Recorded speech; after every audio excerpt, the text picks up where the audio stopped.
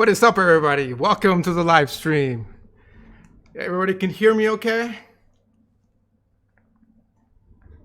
Say something on chat. All right. Oh, there we go. Okay. Well, let me explain to you how this... Well, first of all, tell me if it's too loud or too quiet. But let me tell you how this is going to work. So we have a couple of ways of communicating. And I said everything through messages, but I want to repeat it now. We are actually in the Death Star here. I think so. Yes. So, COVID-19 kind of made the earth unlivable, so we had to kind of move out. So, it is what it is. So, okay. So, look, we got Discord voice chat, and then we have live chat on YouTube, and we also have Discord text chat. But here's the thing. There's about a 20-second delay, approximately, maybe 30 seconds, between what you're looking at and what's happening in real time. And so because of that, if you have a question, you can either put it on YouTube chat, but it is going to kind of be linked to the video, which is, I guess, a good thing, so people can refer to that. You can also put it on Discord, but then nobody else will ever know, although I'll try to say it out loud. However, odds are I may not catch, because right now it's not making noise when you guys were at chat messages, and because of that, I may miss it. So if that is the case, then try to at me on Discord, or use the voice chat on Discord. However, I recommend you mute me if you're on the Discord voice chat right now, because otherwise it's going to be out of sync, and you'd rather just hear the synchronized audio in YouTube. So go ahead and do that. So first of all, let's go ahead and check out. Oh no, he has headphones. He can't hear. Don't get laser. Okay. So yes, I'll try to keep track of that. Okay. So first of all, let's do a quick test and make sure that this works fine. Perfect. Okay, so that's what we're going to be using. And yes, this is a little bit low tech, but Amazon Prime is like 1 month delivery, so this is the best that I could do on the time given. So first of all, let's start with confirming that everything is good. How about, are we all good? You guys can hear me? Too loud, too quiet? Everything okay? We got, by the way, we currently have 47 live viewers. The delay doesn't seem too bad right now. That's a good thing. Okay, great. All right then. So how about, sorry, there's no small bottles, so, okay. First of all, oh, by the way, I got a giveaway. If you guys do good on the test, you can get some free toilet paper. So, okay. All right. So, first of all, let's go ahead and do a quick review on ABL trees, because it's been a while. Unless you guys have, and then actually, we'll save the ABL tree questions to the end. And that way, because what's going to happen is once the live stream ends, or at least once the lecture ends, I'm going to stay online for 1 or 2 hours, and it'll be like office hours, and then you can ask me questions and I can help you out. We can also do a Discord screen share, so I can see your computer and your code, and we'll go ahead and do that. The Death Star is still here, don't worry. You see it's still there, no worries. But okay, so let's go ahead and review ABL trees real fast here. So if you remember, the whole purpose of doing ABL trees is to balance the tree. And the reason we want to balance the trees, we want to keep the height of the tree at log n. And why do we want to keep the height log n? Because we want to be able to speed access. For example, if we're inserting things into the tree, if we got a binary search tree and we're inserting something in it, we want to make sure that we can, oh, by the way, does the laser pointer work? No, it still doesn't work. Okay. We want to make sure that we can insert it fast, and we can, that way if we have n items that we're inserting, hold on, here we go. If we have n items that we are going to be inserting, each of those is going to hopefully take log n time in the worst case, which means it's inserting at the bottom of the tree, right?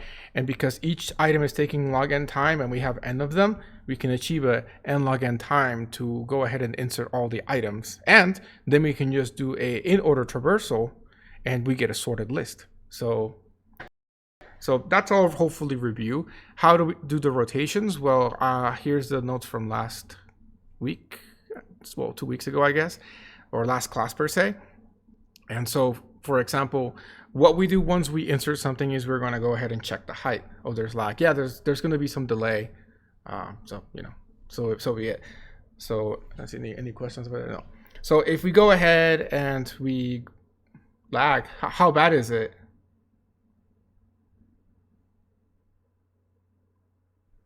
Is it okay? Are we like? What do you mean lag? Like audio disconnects? Or are we good?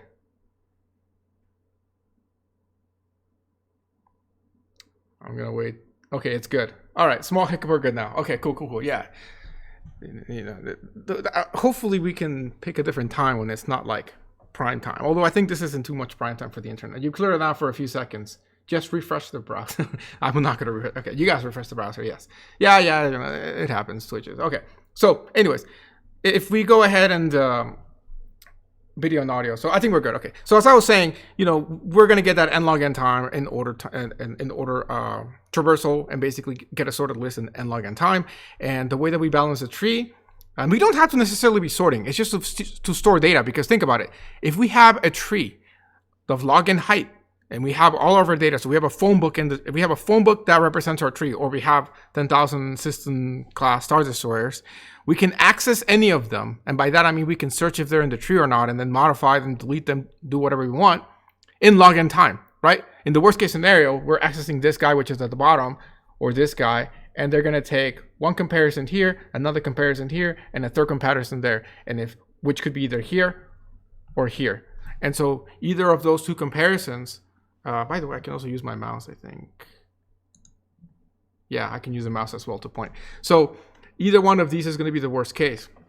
And so that's log n time. And so that's good, because remember, in a linked list, it takes n time to search something, even if it's sorted. The other way we could achieve log n time was with binary search in an array. So anyways, back to AVL trees. Here we have a little tree, and you know, we go ahead and we insert a node, and then we insert another node, and that's okay. But when we insert that third node, we're checking the height by going from the leaf node up to the root. And each time we go, we add one. So in this case, we're going up here. So we're adding one there. And here we have no children. So that's height 0. So here we have height 0 and 1. And then we go ahead and we go up again.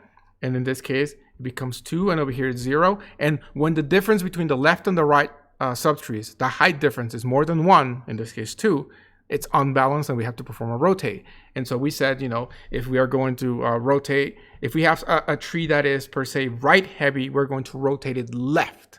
And that's because, like, you think of it like, you know, if don't have, well, here, say this is our scale, and you know, if we have something that is this heavy, we want to rotate it that way to even it out.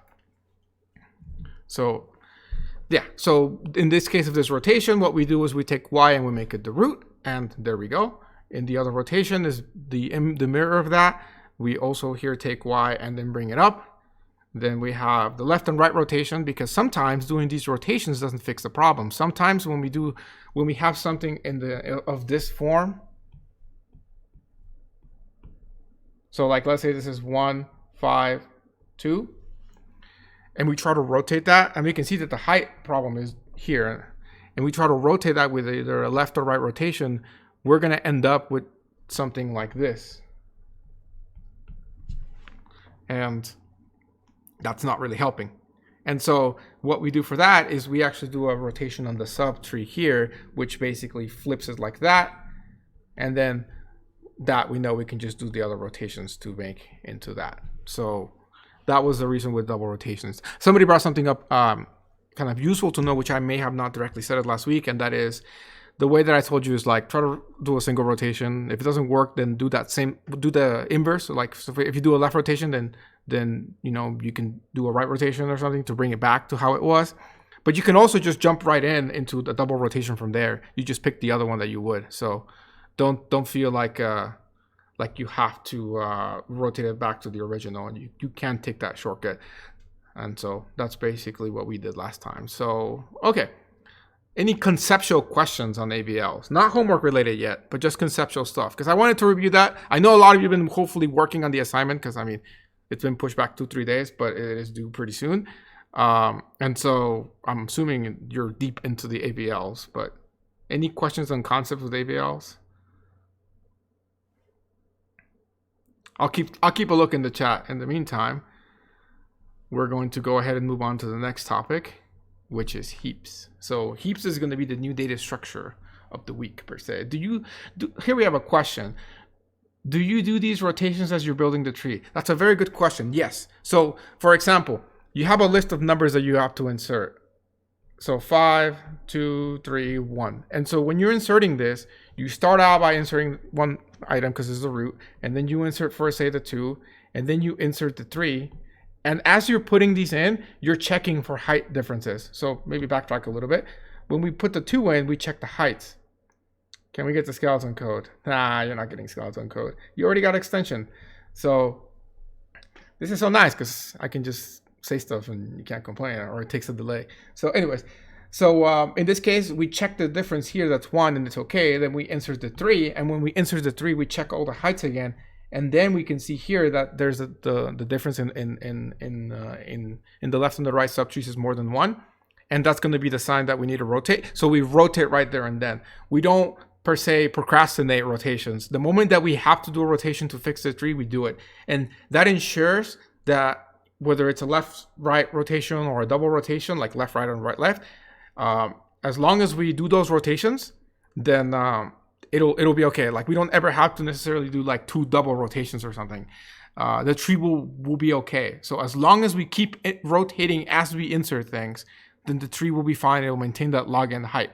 If you were to sort of say procrastinate your rotations and then you try to rotate everything at the end, that's when it'll be a mess, and you don't want that. It's like turning a linked list into a binary tree, like an ABL tree. You know, once it's already a degenerate tree, it's going to be a lot of work, and it's going to take a long of time because suppose that you left it like this. Suppose that you ended up leaving something in this form.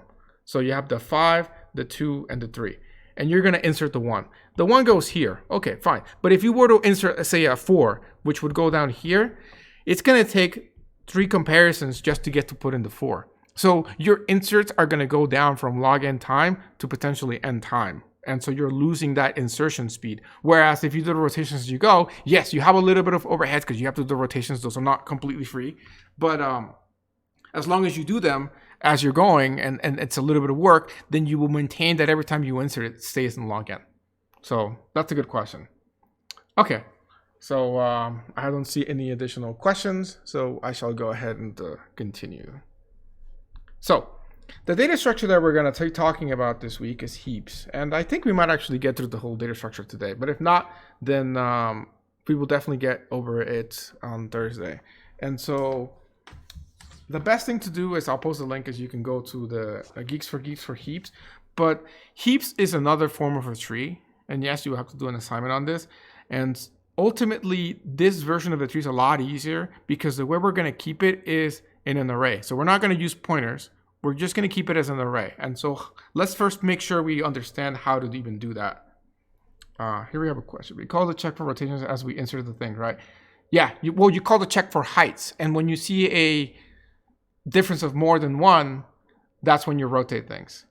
So this week, we will have the meetings on Thursday at the same time at 8:30 in the morning. And then we will hopefully reevaluate if you guys go and vote on the poll, actually, to hopefully do something a little bit later in the day, I hope, But I mean, we could even have a 1 a day, like 4-hour lecture or 3-hour lecture or something too, if you guys want.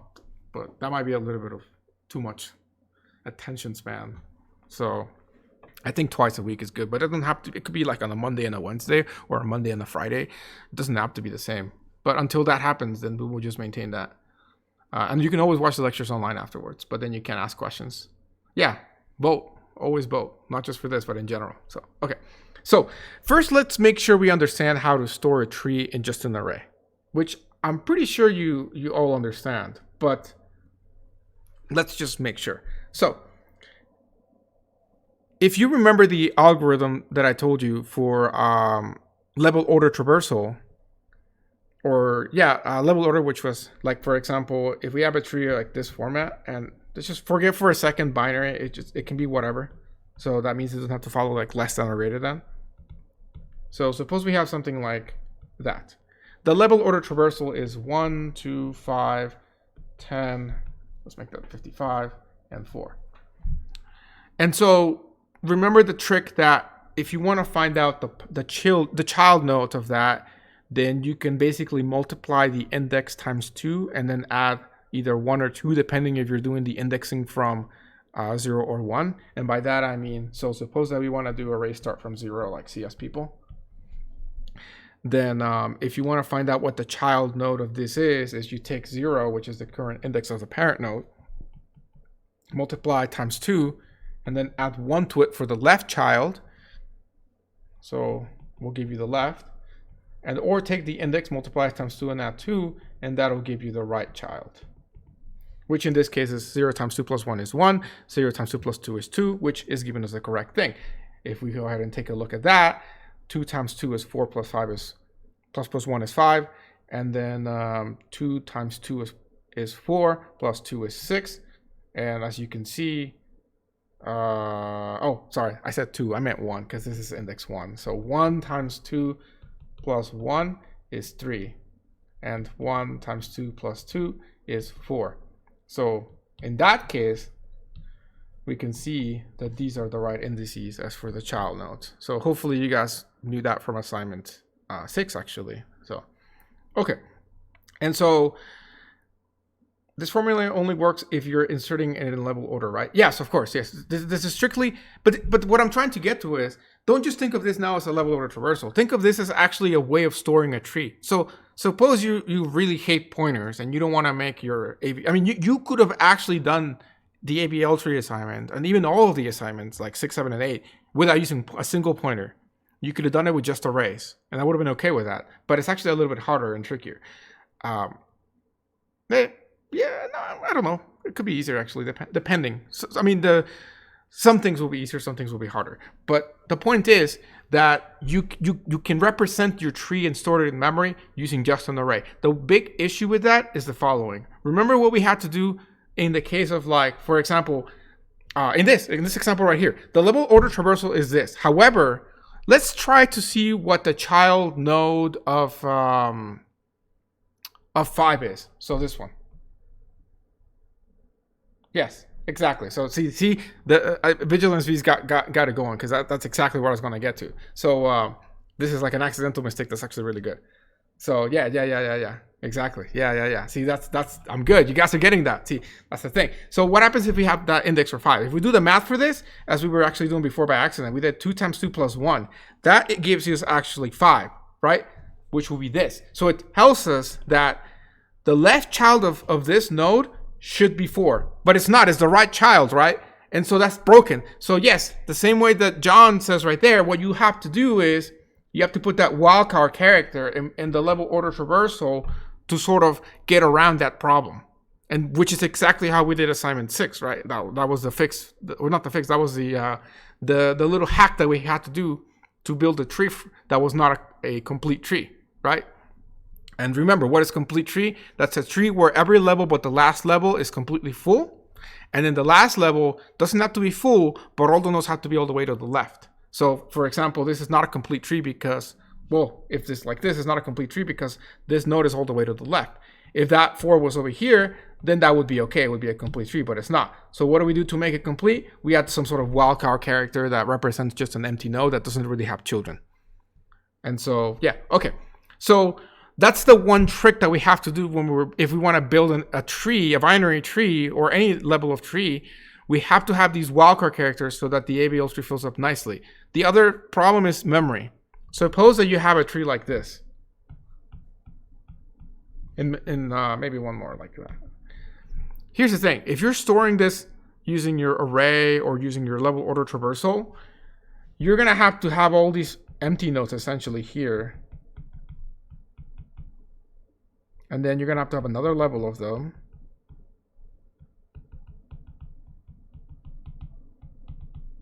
Like that.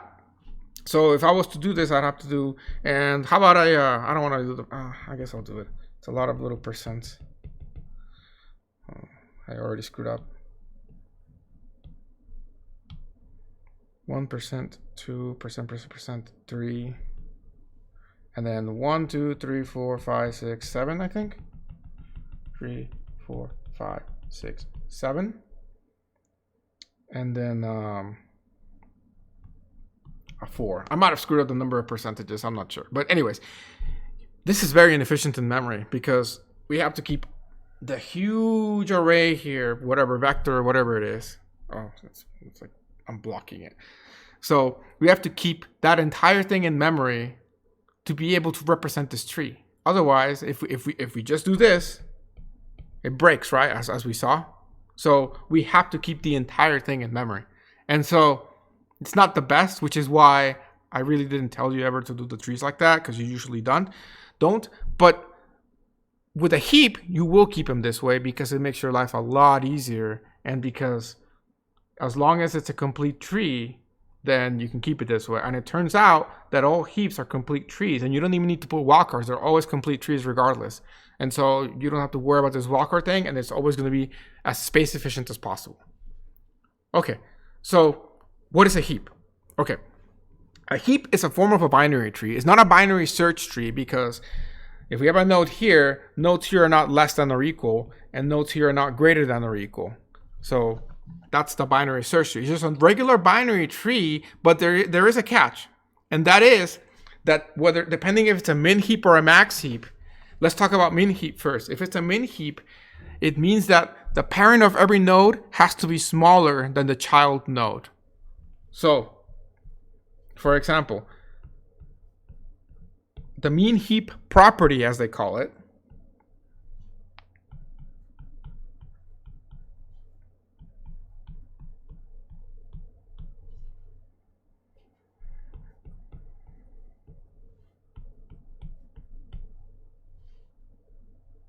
do something like that. Okay, so these are all examples of min heaps. And so, and here, let me write the word min heap so you know how to spell it. These are all, oh, and by the way, these nodes are being uploaded to the 1002 section PDF folder, so you can find them there. I'll try to see if I can copy and paste them to all the sections, but for now, they are uploaded there. So, okay, so these are all examples of min heap, and the min heap property is that the children nodes have to be less than, or sorry, greater than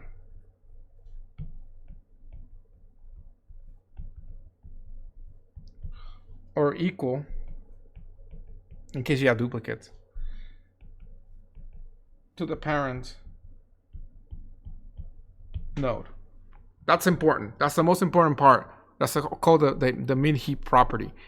If it's a max heap, it's the opposite, but we'll get to that. So why are these min heaps? Because 4 here, which is the parent node, is smaller than 10 and 5. They're both smaller. Over here, 4 is also smaller than 5 and 10.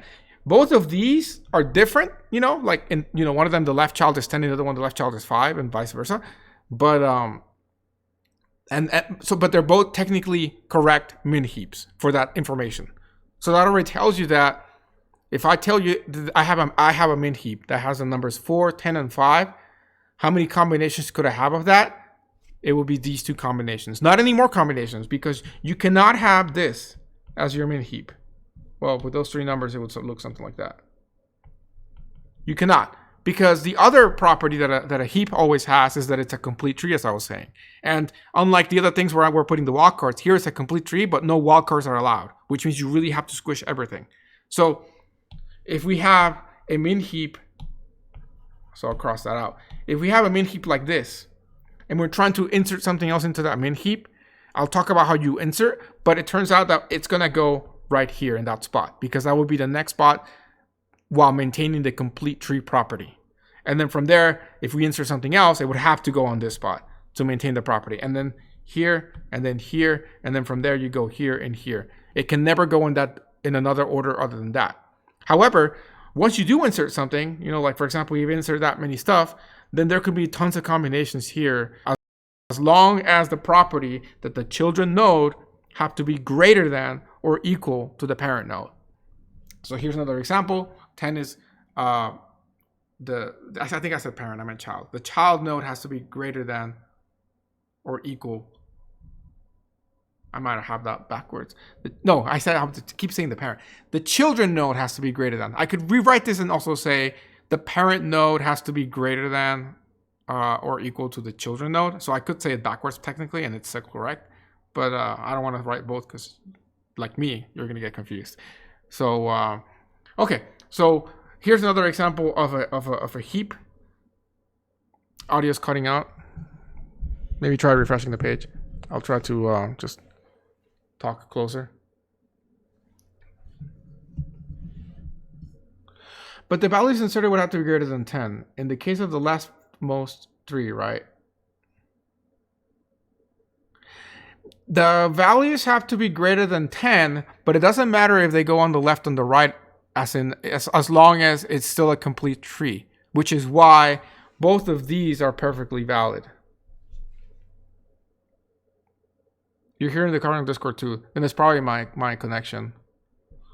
Not much I can do, but I am recording the lecture as well. Maybe give it a second.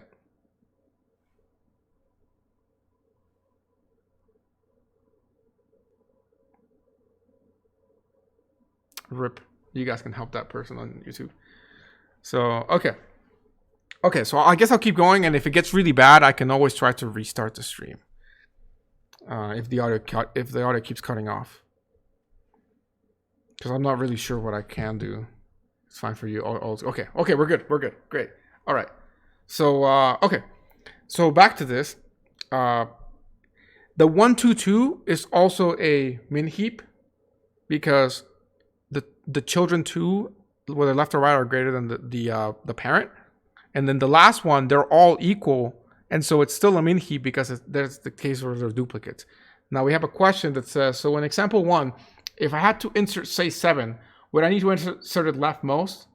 Okay, so you're saying if we have 4, 10, and 5, and the next number to insert into our heap is 7. Okay, well, we're going to talk a little bit about it, how do you insert, but yes, you would have to put it right here.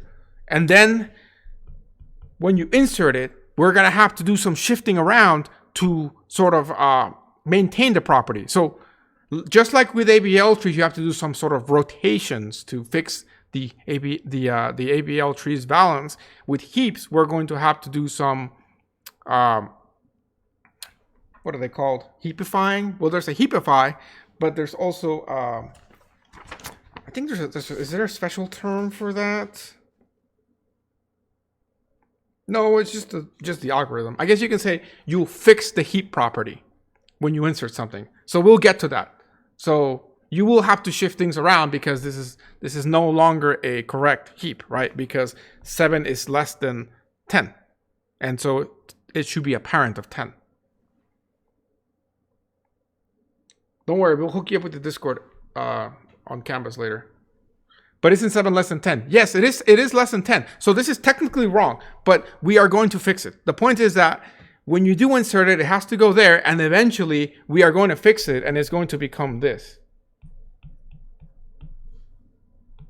So that's the goal. But we have to do some sort of rotation to do this. So let's talk about that actually. Okay. So here's the trick about building a heap. There's a heapify function that I'll talk about, which is when you have a bunch of data.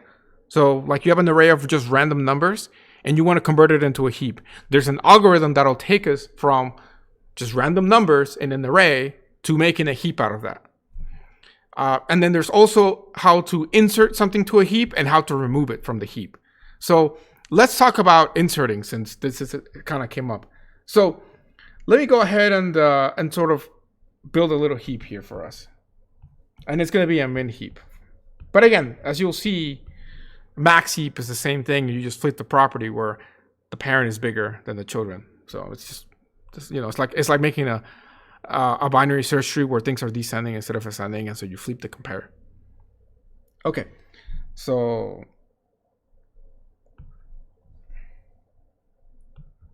you don't need the Discord. There's nothing happening on the Discord right now. That's more if you want to ask a question by voice. But it's probably not good to post a Discord invite on the chat. Or I mean, it doesn't matter actually. We can remove it later.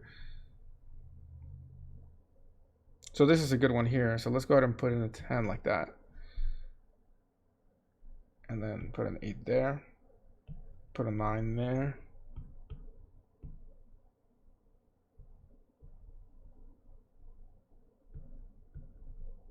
Like that. Okay.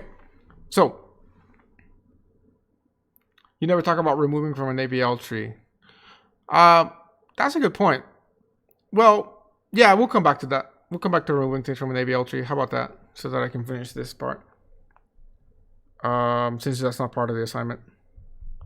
Okay. So so we have here a min heap, and it's a min heap because every parent is going to be bigger than your or equal to your children, or the other way of saying it is every child node is greater than or equal to the parent. So let's go ahead and verify that. So we have 4 here. 8 is bigger than 4, so that's okay. 7 is bigger than 4, so that's okay. Looking over here, 22 is bigger than 8. 10 is bigger than 8, so that's okay. 8 is bigger than 7. 9 is bigger than 7. And then finally, 99 is bigger than 22, and 23 is bigger than 22. Okay, perfect. So how do you insert something onto a heap? So suppose into this heap, I want to go ahead and insert the number 5. So the way you insert it is, we want to maintain the complete tree property. So the next spot that you have to insert this is going to be right here. And if this is being stored in an array,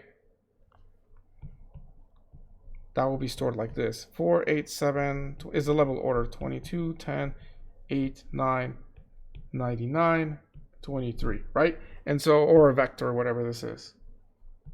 I wouldn't recommend you use a linked list for this. That'd be weird. So you go ahead and you basically insert it at the next spot. You may have to resize it, or you may already have this a certain size. So you go ahead and insert here, which actually represents this spot. Always. That's always going to be the case. Whatever the next number here available is always going to represent the next spot available in your complete tree. Okay? And so let's go ahead and insert that. So let me maybe copy and paste this.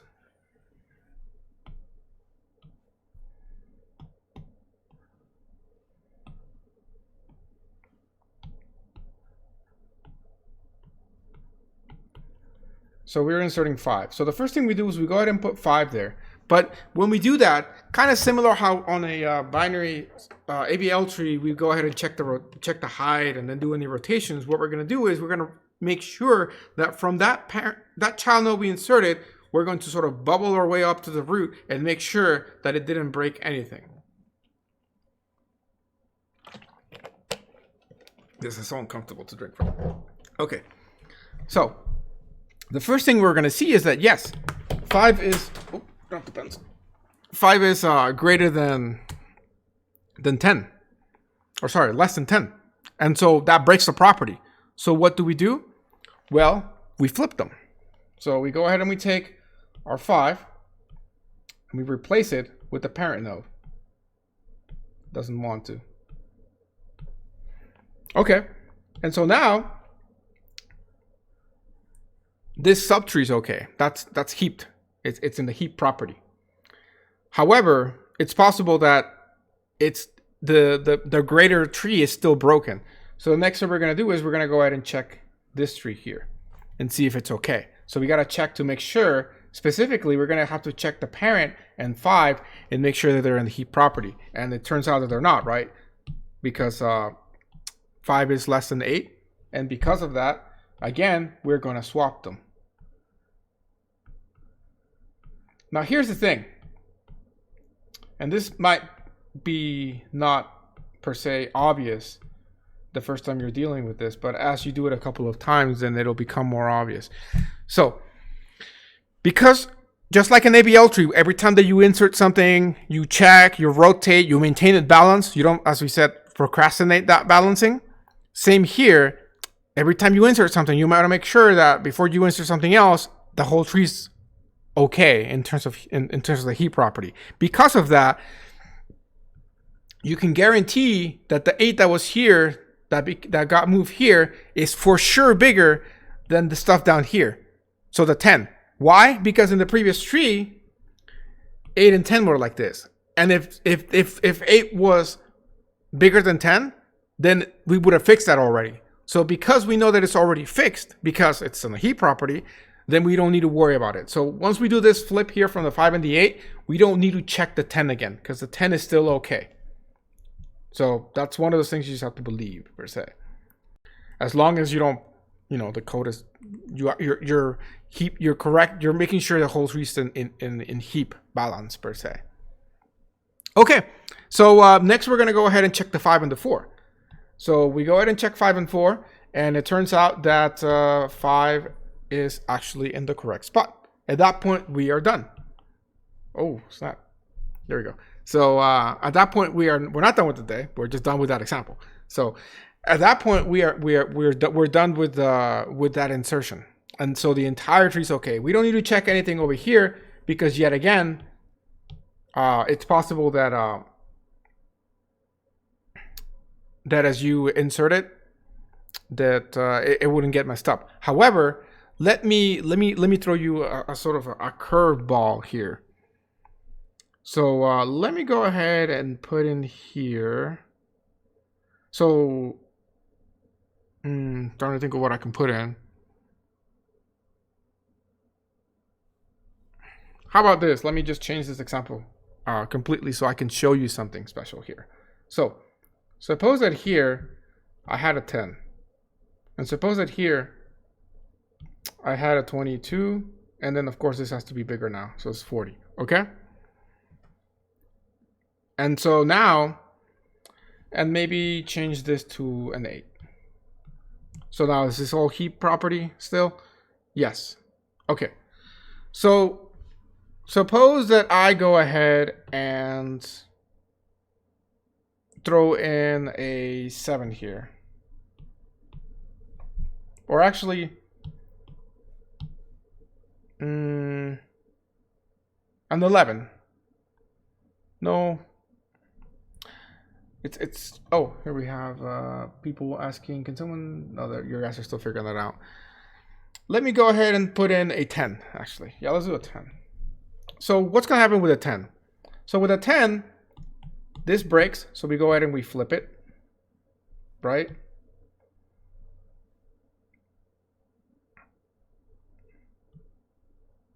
Aha, okay. Now I can remember what I wanted to do here. So maybe let's put in a 23. Well, with a 23, nothing happens. So no, let's do 10. Okay. So it's tricky coming up with these edge cases. So with a 10, these two are going to get flipped around. So then 10 gets put here and 22 gets put here. I heard a click on Discord. And so at this point, nothing happens, right? Do you flip the 8 and the 10? You do not. Okay. What if you know, there's some stuff here, so maybe like a 10, a 10, a 10, and a 10 here, and then there's a 111 there, and then 111 there, and then maybe here, let's go ahead and put in a 10. By the way, what happens there? If we put a 10 there, then all we got to do is we got to rotate the 10 and the 23.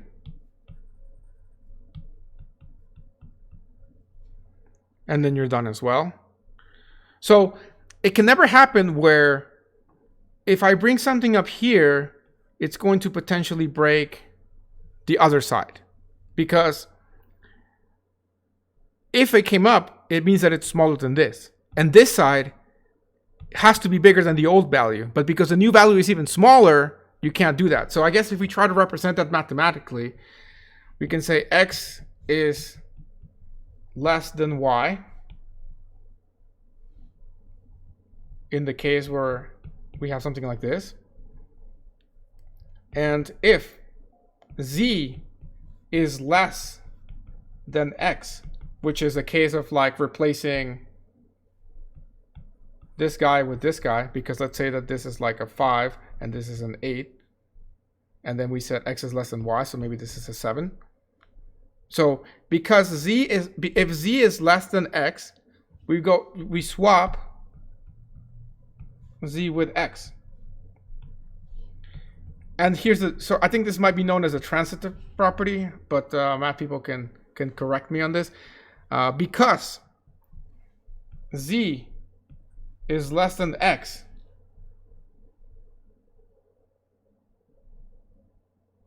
and X is less than Y, what can we say about Z and Y? So volunteers on the voice chat or in the text chat.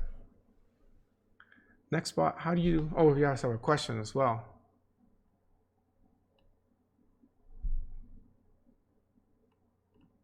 Oh, yeah, you guys are good on that. So any volunteers on that? Yay, math person. That's right. C is less than Y. That's right. Yay. So 8, 6, and Karen. Good. Very good. Yes, so that's very true. If Z is less than X and X is less than Y, then we can guarantee that Z is less than Y. And because of that, we never will have a problem of swapping and fixing that side. So yes. Okay, good. So that's how you insert something into a heap. Let's go ahead and remove something from a heap.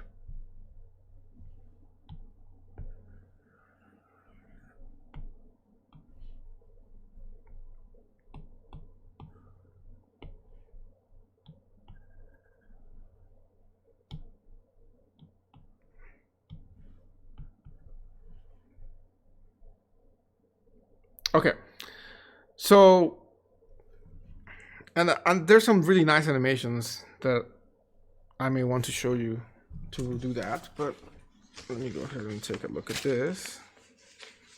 If you go on the Geeks for Geeks, there is a video animation which I could even show you where you can remove something from a heap. But ultimately, here's the thing about the heaps. You always want to remove the root of the heap.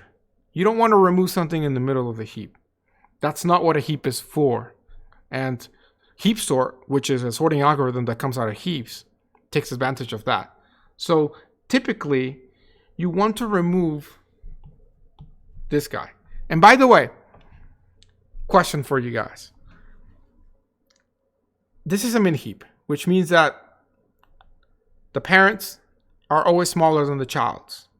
What can you tell me about the root of a heap, of a min heap? So what can you tell me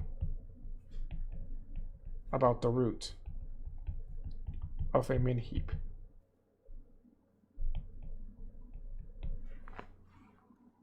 It is the minimum value in the tree. That is correct. Very well, very good, John. Very good. So yes, it is the smallest number in the entire set of numbers. So in the entire array, it is indeed the smallest element. So if I go ahead and chuck that out, I'm guaranteed that that's the smallest number. So voila, here's a little algorithm on how to find the smallest number. So very good. Okay, so let's go ahead and do that. Let's go ahead and take that out and see how to fix the heap afterwards. So in this case, we're going to take 4 out of the tree. How do we do that? Well, the algorithm says you have to take the last element in your heap and swap it with the element that you're removing. So in this case, this is the last, or here you can't see that. This is the last element in the heap. And by last, I mean, like, remember, this is being stored in an array. And here I have, I think, the array somewhere. So as you can see, 23 is the last number there. And of course, 4 is the smallest number because it's at the beginning of the array, which is at the beginning of the tree, which is the root. So what we're going to do is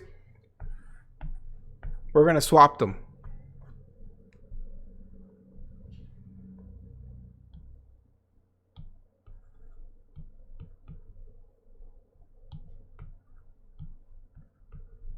Like that.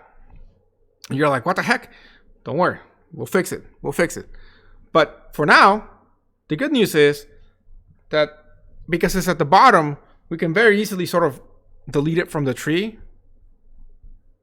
Or, quote unquote delete, because what ends up happening is if I go ahead and copy this, let's copy this actually.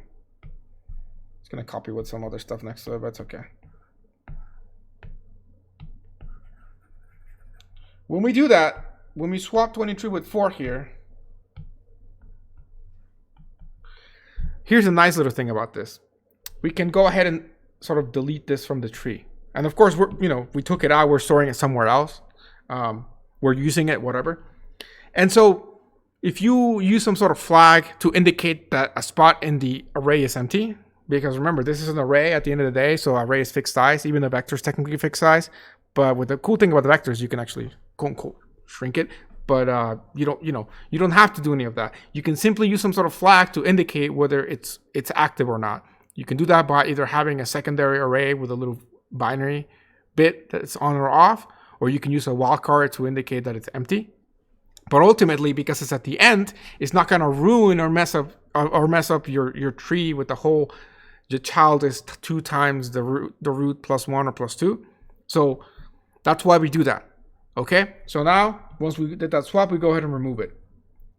But here's the thing: our heap is broken per se. So what we got to do is we got to fix it. So in this case, when we insert something into a heap, we sort of fix it up to the root. When we inserted something down here, we where's our insert? I don't know. I think it was somewhere here. When we went ahead and inserted the like, suppose we went ahead and we inserted like a 6. What we do is we go ahead and we swap that 10 with a 6, and then you would have to swap these 2 again, and then you're good, right? So you're sort of fixing it from the bottom up. And once you go ahead and make sure that these are, oh shoot, we did that on this one. My bad. I didn't mean to break that one. Keep that the same way that it was. But you get what I mean. You're fixing it on the way up. In this case, when we are removing something from the heap and we do this swap with the root, we're going to fix it on the way down. Okay? So don't worry. We'll do an example of a full example of inserting and deleting in just a second when I show you heap sort. But yeah. So in this case, we need to fix the subtrees. And so this is a recursive algorithm, or at least you can think of it that way, in the sense that you got to propagate the corrections to all the subtrees. Erase 6. Yeah. Let's just yeah, thank you. Otherwise it breaks because of that guy. Thank you. So okay. So we got the 23, we ate the 8, 7. Let's make sure that's all okay. Yes.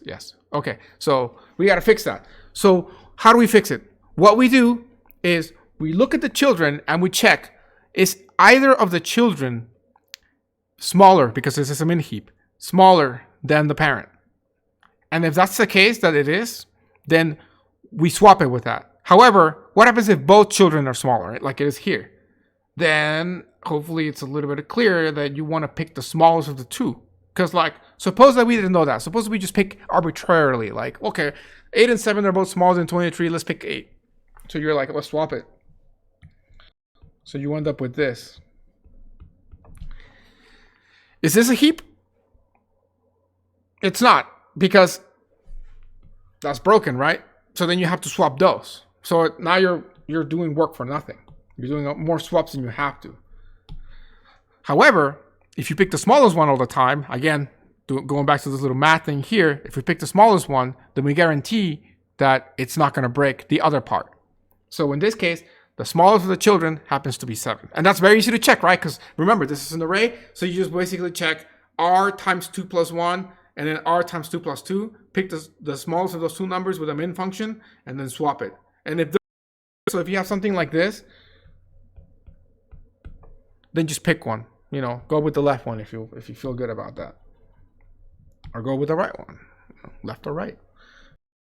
So in this case, we are going to pick the 7 because it's the smallest one of both.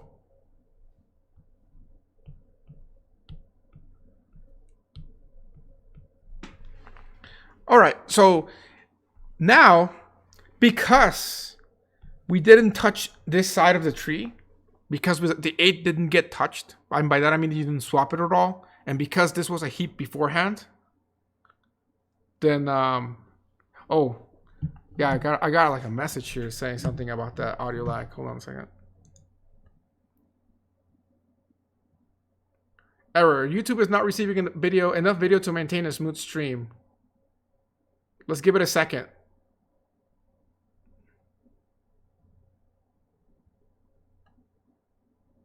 Okay, I think we're good. live. So let me back up for a second so to catch up in anything that may have been cut off. So in that case, okay, so before we had it like this, we had the 23, the 8, and the 7, and we picked the smallest one, which was the 7, and so that's how we ended up with this. So that might have been cut off in the video. We're still getting a little bit of lag, but I think we're back to almost good. So, okay. So because this side didn't get touched, and because before, we had a heap, then that's still a heap. The subtree is still a heap, so we don't need to fix anything there. However, we did change these two, so it's very possible that it may have messed up the other side. So, I guess this side, right? So, this side. I don't know. You guys could vote. If you want to do the Twitch instead of YouTube, it doesn't matter. For me, it's literally switching a button. It's switching the key. So just go vote if you prefer to do YouTube live. I mean Twitch TV instead of YouTube. So, but yes, if you're getting delays, you can lower the rest as well. But I'm trying to make everything big so that you can see it. Also, once it gets uploaded, it'll be in HD. It says it disconnected. It says it might have disconnected for a second there.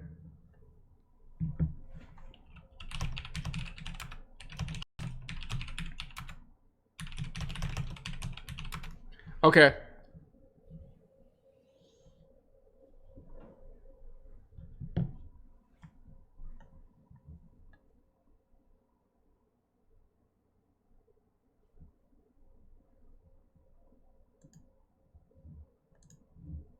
We're just kind of waiting and hoping for the best.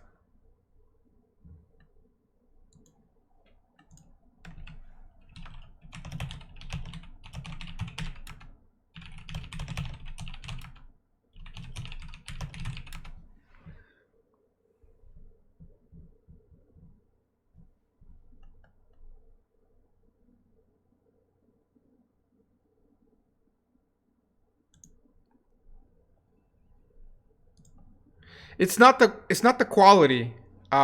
It's because it actually doesn't affect that. It's more of my upload. I think we're back now. Yeah, I think we're back. We're back. Okay. Yeah. Cool. Yeah, so you guys can watch it in HD because what happens is I send the video to YouTube and then YouTube distributes it, which is why it's much better than using something peer-to-peer. So that's a good thing. Oh, I can see there's a big delay now. That's the only bad thing. There's literally like a 1 minute delay. So it is what it is. So yeah, I know. I'm reading the text messages and there's a delay between what you're seeing. So just hang in there, hang in there. But and it's gone. Okay, so yeah, so you can watch it in HD. Don't feel bad about that. It will not affect the stream. It only affects my upload if we were connected to peer-to-peer. So you're okay. Okay. So I think we're back. So we'll keep going as far as we can. So, okay, back to this. What I can do is I can also try to lower the bit stream next time. So, yeah. No, I mean, there's no fiber in Vegas, so we're screwed, at least where I live. So, okay. So back to this. Because we swapped the 7 with the 23, we have to fix the subtree. So we got to fix this. So we do the same algorithm. So we look at the root and we look at the children and we pick the smallest one. 8 is the smaller one between both. So we go ahead and we swap to 8 with the 23. Like that. And we're good. That's it. That's all you got to do. Okay. So this is very scary.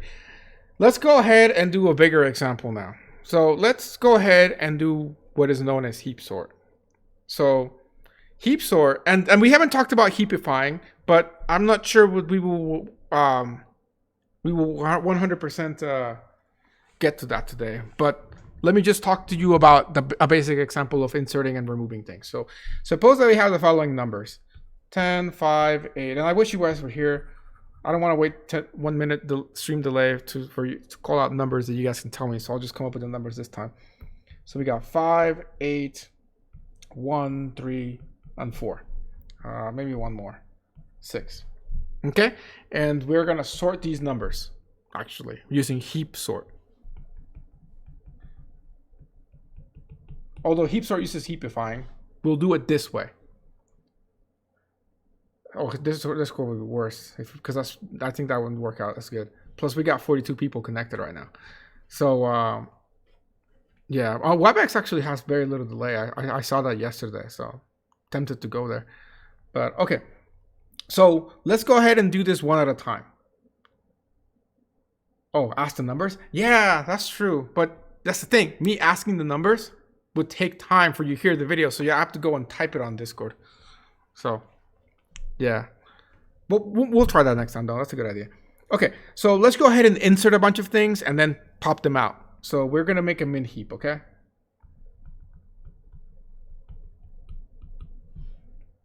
All right, so we have nothing so far. So we're going to go ahead and just put the root. There's nothing. Boom. Next thing has to go here, and that's the 8. We insert something, and we check to make sure that it's still a min heap. It is, so we're good. Nothing to do there. Let's put in the 1. The 1 has to go here, because we got to maintain that complete tree. In this case, we check it has violated the min heap property, so we have to swap 1 and 5. Bam, we're good. Okay, moving on. Put the 3 in. The 3 is going to go here. In this case, 3, again, violates the property, right? So we got to swap 3 and 8. Next, we go to 4. 4 has to go here. That doesn't violate anything. We put in 6, nothing. Put in 9, nothing. Let's put one more that's actually interesting. So let's put like a 2 in there. 2 goes here. And then maybe let's actually put a 0 afterwards. So 2 goes in. 2 is going to swap the 8 and the 2. And then again, 3 and 2 are going to swap. Caffeine is 0 delay also. Yeah. So we can try those. But the thing is, I don't know how they work. The problem is connecting so many people. But I saw Peterson use WebEx yesterday with 70 something, and there was, but no delay. The quality was really bad though. It was really low res. It was like 144p. So, anyways, so 0.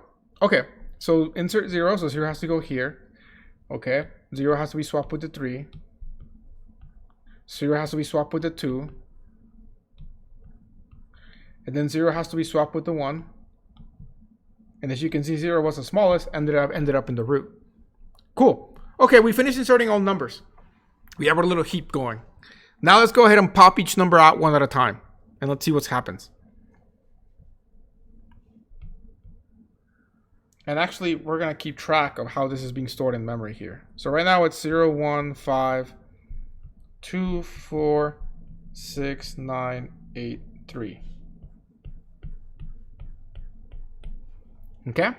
And so we're going to pop each number out. And by pop, I'm saying we're going to remove the root every time. So, okay, let's go ahead and start with that. So the first thing we got to remove is, of course, 0.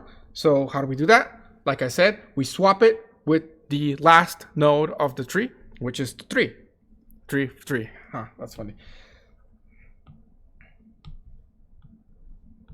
And then we sort of mark it. And for now, I'll just highlight it as a dead node per se. And so how does that look like here in this one? The 0 and the 3. And you can watch the replay, I guess, later for this. That way I don't have to rewrite it a lot of times. We do that. Okay, cool. And, you know, this again has been marked sort of as removed. Okay, moving on. And by the way, when implementing it, you can also just keep an index to the left. You can also just keep one single integer that points to whatever the last spot that is currently full. If you think back at like how stacks worked, you remember you had an index to point to the top of the stack? You can also have an integer index here to point to the last element of the complete tree. And bam, no longer need to worry about keeping bits and whatnot. That's probably the best way that you can do it. So, well, that's weird. That looks like a weird color there. Oh, that's a table. Okay. So, we did that, but we got to fix it. We got to fix the tree because we swapped that with that, but now we got to fix it. So we look at the subtree here. And we pick the smallest one, which happens to be 1. Okay, the wordplay here is great. So we do that. And then from there, because this was the side that we swapped, that's the side we got to fix. We don't have to worry about this at all. So yes, it happens to be, we need to swap the 2 and the 3 again. Because it's the smallest one, right? 4 is bigger. And so now, that's it. We're done. Because here this is gone. This has been marked as deleted per se. It's in red. And 8 is bigger. So that's good. We're done. We're good to go. Okay, let's move on to the next one. Again, same process. Remove the root, replace it with the last item in the list, and then fix the heap.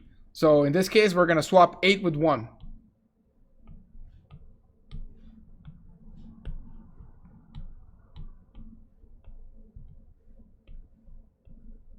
And we're going to mark that as deleted as well. Again, we move our index pointing to the last item in the heap. Okay, yet again, we're looking at this. Pick the smallest one and fix it. So that's the 2. And then pick the smallest one and fix it. That's the 3. And that's it. Because again, these are gone. These are all gone. So technically the tree looks like this now. So we're good. Okay, rinse and repeat. So I'll try to pick up the pace. We are going to swap with the last item, which happens to be the 9, which is over here. So 2 and 9. And mark that as deleted. And how that looks like in your implementation is like this. And the reason why I'm emphasizing the array implementation that I got here is because this is a rather simple data structure, but if you don't think about these tiny little details with the implementation, it's just more time you spend with not important stuff in your assignment. So that's what I'm trying to do to help you. 2 1s in the array. Oh shoot, where did that 1 come from? That was a, oh, yes, okay. Great, thank you for pointing that out. As I was swapping things around in the tree here,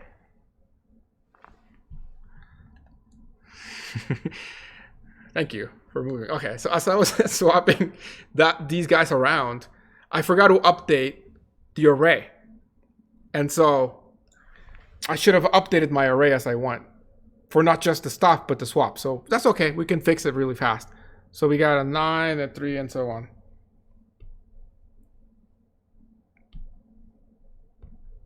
9, 3, 5, and then the 8 has been swapped as well.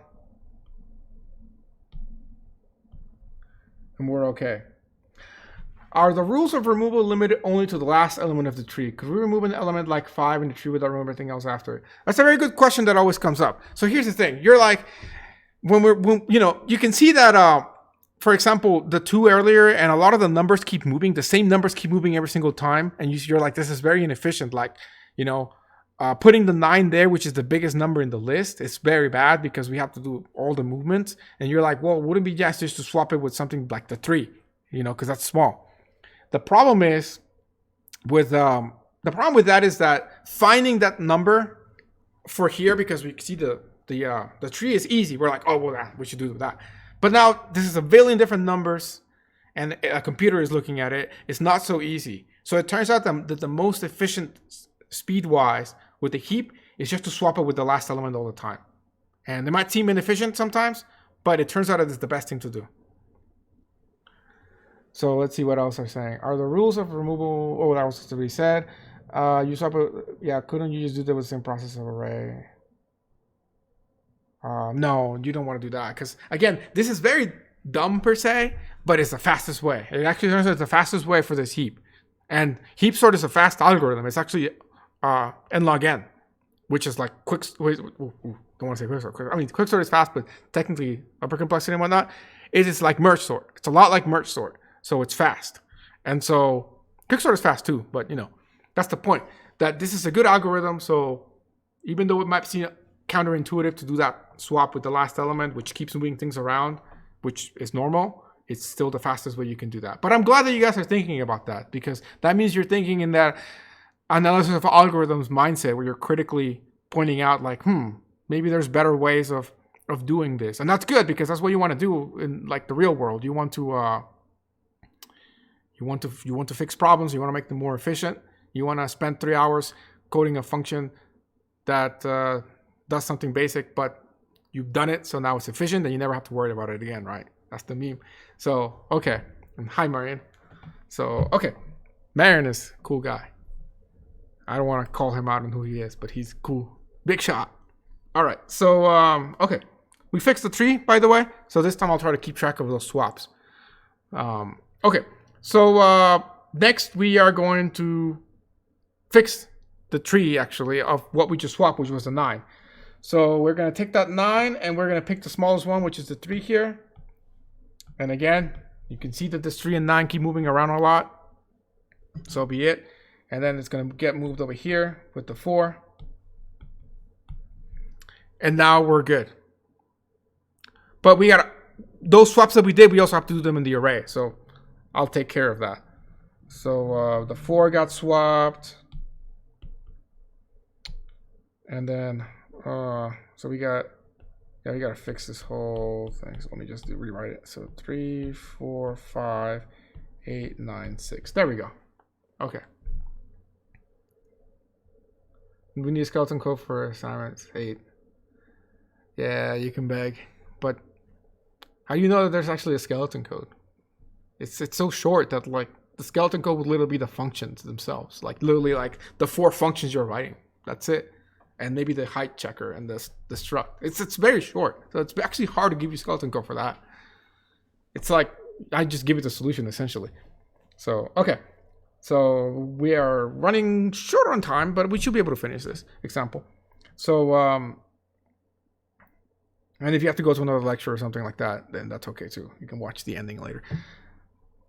Okay, so we're good to go. So now we can go ahead and remove the next number. So the next number is going to get the 3 and the 6. And let me remember to do those swaps here too, so you can see how they're happening live. But again, it doesn't really matter. This is more for like what you see is happening inside. I guess I gotta here. It might be easier since I'm left-handed. I keep writing, so let me move myself over there. Technology. Okay. Yeah, cause yeah, I think I should just keep my head there. Don't want to lose my head. So okay, we mark that as done, and then we can move on to heapifying or fixing the heap property, not heapifying. Heapifying is fixing the entire tree at once, which you do if you have just random data, which is what I'll talk about next class. But look at that. Pick the smallest one. It's 4. Make sure I do those same swaps here. And then fix the subtree, which in this case, we're good actually. Nothing needs to be swapped. So, okay. Moving on to the next one. So, take out the 9 and the 4 again. And mark that as done. Boom, made that the 9 like that.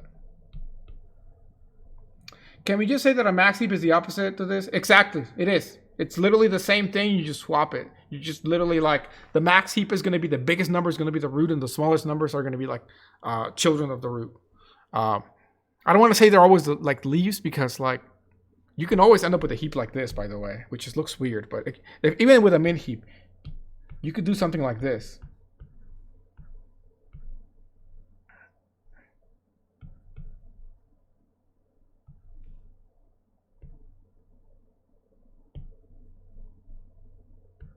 In fact, bam, just a bunch of 4s.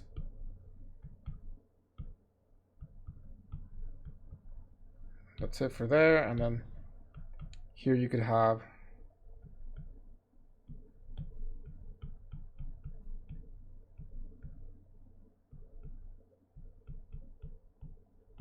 like that. And so this is a heap, right? But like you can see how like there's a bunch of small numbers here and there's a bunch of big numbers there. So I don't ever want to say like, oh yeah, a heap, smallest numbers are on the leaf. It's still a heap, but as you can see, it looks really weird. So be careful about that thinking.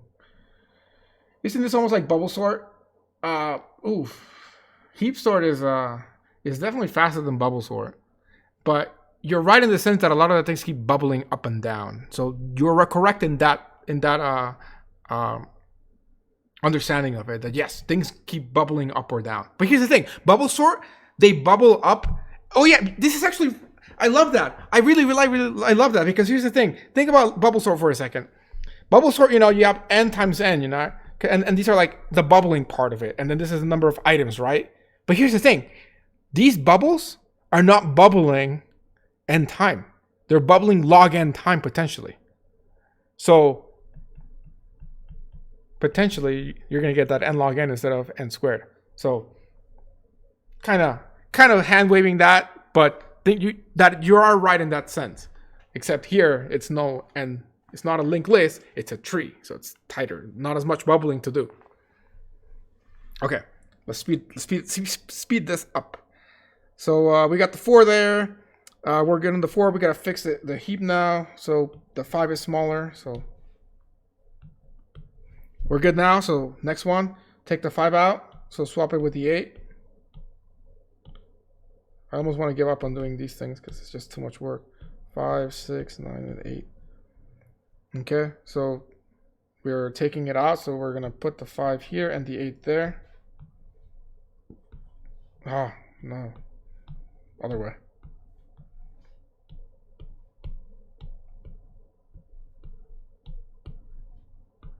Okay, mean heaps is not good. We gotta do that.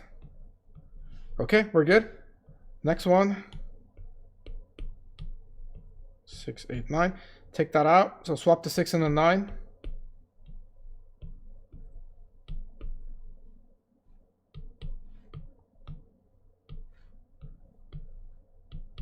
Mark that as done. I'll get to your question in a second. And then fix the heap. And then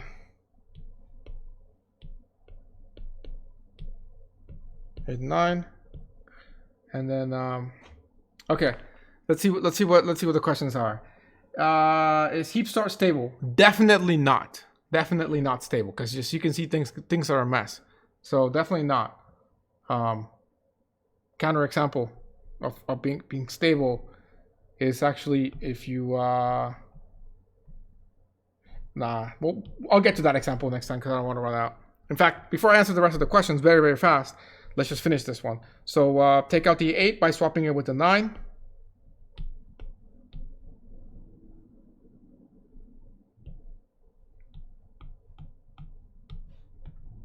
Mark it as done.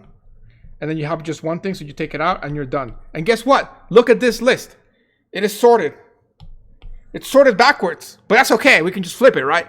If you have done a max heap, you would have been sorted in ascending order and you would have been good to go. So voila, heap sort, magic. We'll talk about heapify next time. Let's get to the questions now. Okay, so where was I at? So looks like heap will turn into a max heap with the largest on top. You're correct. See, you were right. You predicted it correctly. Is heap sort stable? It's not. I can come up with an example in a second, but you can too. Does heap sort? I guess you missed the word sort. On the max heap, do the opposite? Yes. Yeah. So like I said, if you're using a max heap, you would have had this list in ascending order. We can do an example of that next class. Isn't a red black tree more efficient? Of course it is, but you know, make them code a red black tree as an assignment and see how that goes. We have to mirror the array at the end, huh? Yeah, yeah. Actually, that's much more faster than just copying it over, because you can do it in place. Mirroring it will be better because you have to just do swap that. You have to do that, and then that swaps with itself. And yes, you're good. Insert and remove for both. Oh, log n. Yes. Well, ABL trees are better than red black trees in my opinion, actually. For a space complexity, is it O of n? Yes, it is. And you only need one spot for auxiliary space for swap, because again, you do everything in your heap in the array. You don't use pointers, and the array is going to be of size of the list. Now, in reality, you know, you're gonna probably keep this as multiples of 2, unless you know ahead of time how big it is, and then you just have to make it that big. So it's possible things get a little iffy, but officially you can say it's n time for the space plus auxiliary of 1. So additional questions. Okay, so to summarize, next time we will go ahead and talk about heapify. And then we'll talk about an example with max heap and so on. So from there, okay, so that officially concludes the lecture part, but I'm gonna keep the stream going for questions either on this or on the homework as well. By the way, while I have you all here though, make sure that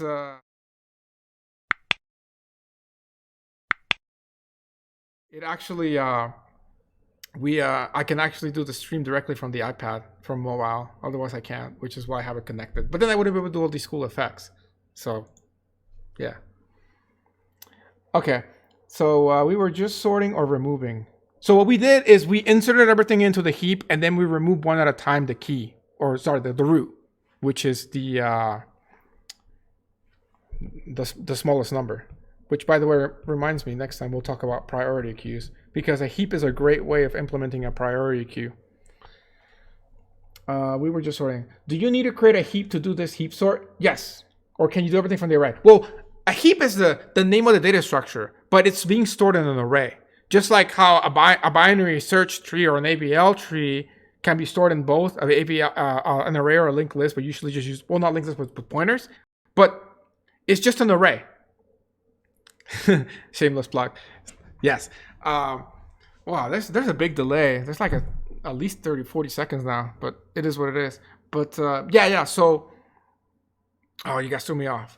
Can you do it? So yeah, so ultimately the heap is the name of the data structure, but the way you store it is in an array or a vector. You don't want to store it in the linked list or any other thing.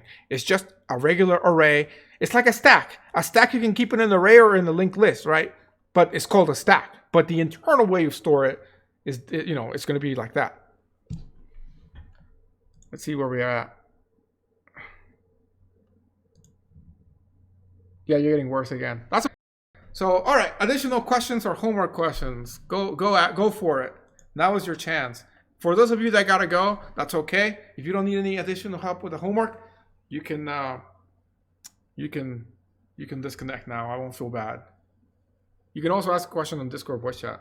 And if you want me to see code, then you can wait, and then I'll end the stream, and then we'll do a video chat, or I'll go live on Discord.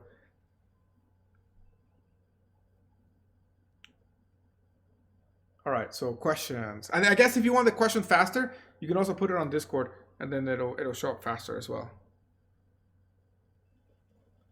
By the way, this is a video, like it's active.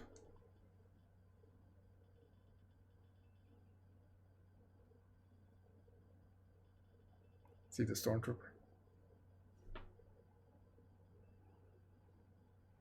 Skeleton code. There is no. I mean, you might get a skeleton code for the heap assignment. How about that?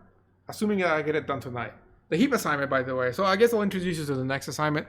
The heap assignment is going to be assignment 9, and you're going to be building a heap, but it's going to be used as a priority queue, which will make more sense next time, and that'll be due not this weekend, but next weekend.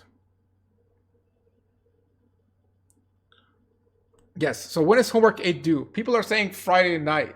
I can verify that though.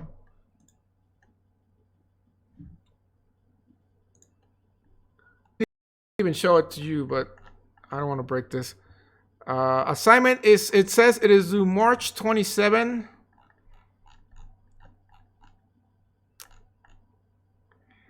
March 27 at 11:55.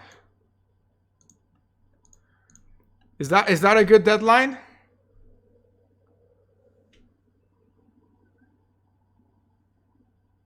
I mean, in assignment 8 of my 10,000 ships, AVL tree came out as 15 when I used skeleton code. The height. The height is pretty small because think about it, it's powers of 2. So that doesn't seem to line up with log 2 of that. Well, you might be measuring the height wrong. It's possible that you're measuring the height wrong a little bit. So it could be that, or if it's working, then it's working. You redacted messages. Okay.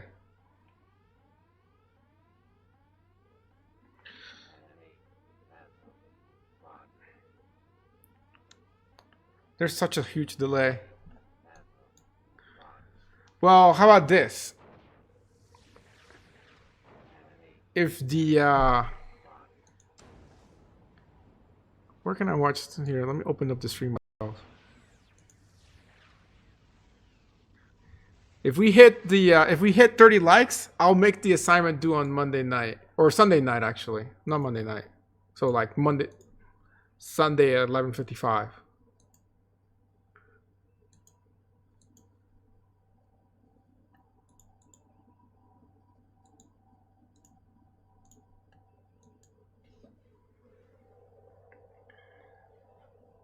Okay, log to 10,000 is 13.2, but I used the get height that was provided in assignment 6. Odds are that the get height that was provided may not be measuring from the leaf. So therefore, it might be off by 1. So I would draw. I would test it with a tree drawn by hand that's tiny.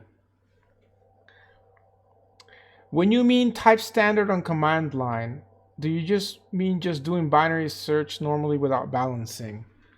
I'm not sure I get your question. You can always hop on the Discord chat as well.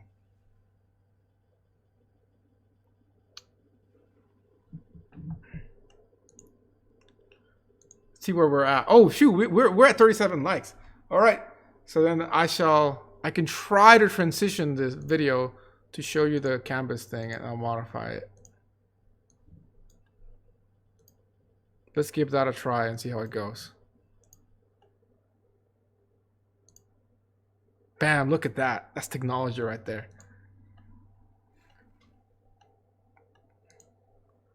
Okay. So we got 8 submissions so far.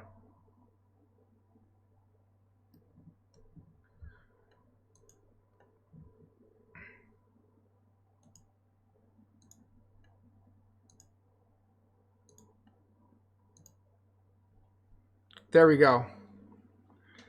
I mean, if it hits 40 likes, we can do Monday, but then nothing more than that. Are we at 40?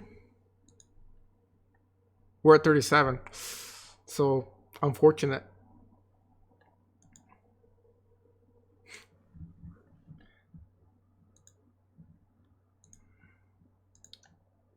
So here's the catch, though. It's gonna be due Monday night, but you're still gonna get the assignment over the weekend, which means that I still wouldn't procrastinate doing assignment 9 and start it actually this weekend. Watch we get like 50 dislikes at the end of the video in revenge. Yeah, perfectly balanced as all things should be. We're at 40. No more. Okay, so additional questions? What if we subscribe? You should subscribe anyways, but I don't want to. That's kind of sketchy to do the subscribe thing for assignment times. I don't want to get yelled at by someone. Okay, additional questions.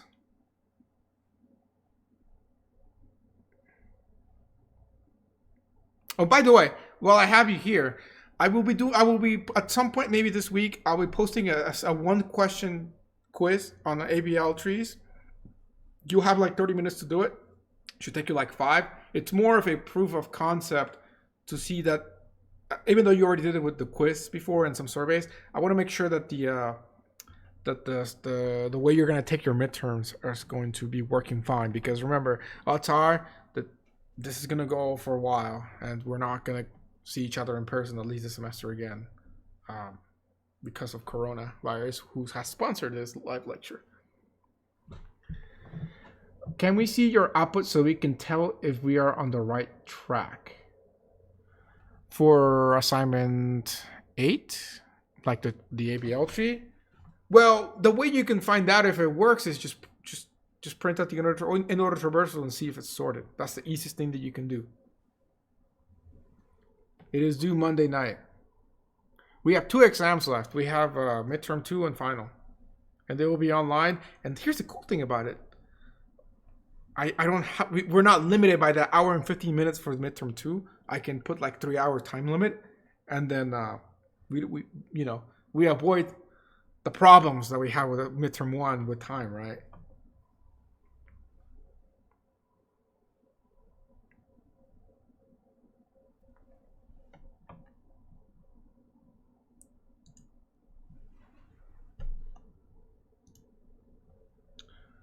But okay, if you, like I said, just print out if it's sorted. If you want me to try to open up assignment 8, that's gonna be tricky because I gotta open up a VM and I'm scared of opening that. But ultimately, just the way that I have my solution is I literally just print out the list and make sure that it's sorted. And if it's sorted, then it must have worked. And oh well, I guess, well, that's a good point. I should check if the height is okay, like if the height is balanced. But I don't check that. But I assume that what I did was okay. But you should check the height. Otherwise, maybe your rotations aren't working, but this thing's still okay. The test will have open-ended questions, and we will have to figure that out. That's why I want to do the ABL. Because here's the thing: how are you going to draw an ABL tree on the test? That's the only question that I'm really worried about. And actually, not just that, but just trees in general. How you draw a tree. You could do the level order traversal of it, but it's just very prone to errors. What I'm thinking is you could just draw it by paper, take a picture, and upload it. And like I could make the test be one thing, and then have like a sort of assignment per se that is a very limited time, like 3 hours, where you can just do like an ABL tree and then submit that. But I would want to test that to make sure everybody has the technological capabilities of uploading a picture to Canvas within the time frame.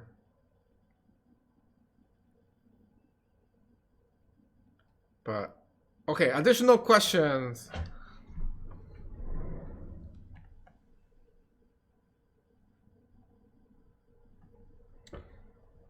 I'll wait like 30 seconds. Could we use a scanner? You could use a scanner. However, that's why I'm going to do the test run, so that whatever format you do, you'll do that, and then we'll check it. It'll be like a little extra credit points, to do the quiz, but it'll be in your benefit because you want to make sure things are working. And then so I mean, scanner's ideal, but you might break down, so you want to have a backup too. Frankly, that's nicer for us because not for us, for the TAs. By the way, the TAs have Discord live office hours. I saw Puyan the other day. He was here yesterday, so I recommend you talk to him. Can you use Microsoft Paint? Yes, you can. It's sad, but yes, you can. I mean, actually, that might be a good solution. Modern problems do require modern solutions.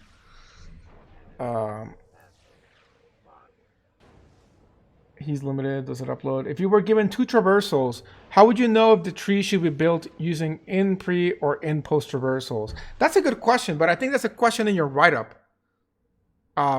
So I don't want to go too deep into that. So I'll tell you this. You can check which case it is if you look at the root and see where the root is located in the traversal. However, what if you just have a single node tree? All 3 traversals are the same. At which point, does it matter though which one you use? Because ultimately it's one case. So there's some edge cases, but ultimately your best bet is to look and see if the first element is equal to the last element, or sorry, if it's in the middle and so on. So it gets really messy. Ideally, you want to know, which is why in the assignment I give it to you.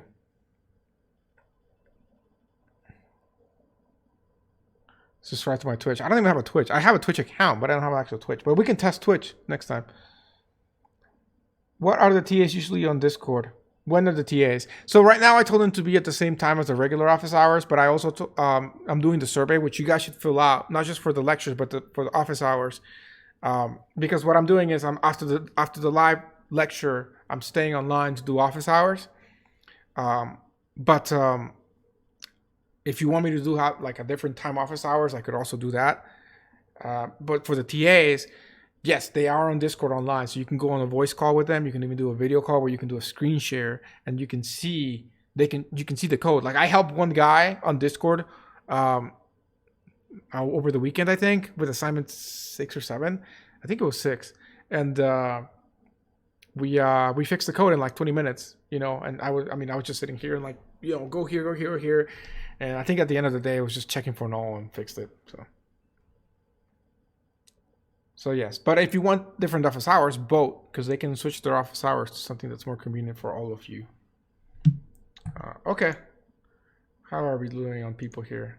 33 viewers. All right, I guess I'll do another 30-second wait. If we don't have any more questions in 30 seconds, then I'll end the stream. And I'll still be online. I can hop on a voice call with anybody if you want me to look at code exactly. I can also try and take some pictures of my output and post it. But again, it's just sorted ships. You don't have to worry about the changing the nav pointer for it. I didn't do it.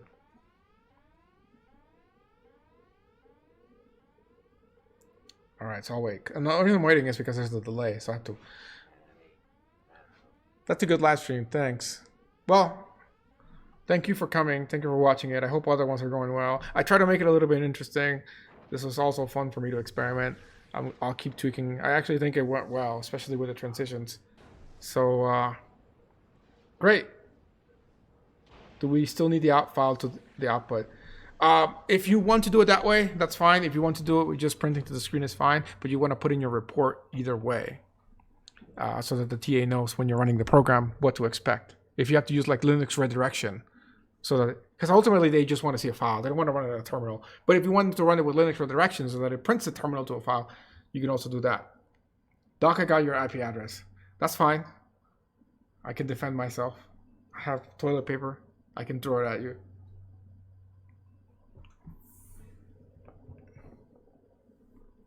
I have a soldier to keep me safe.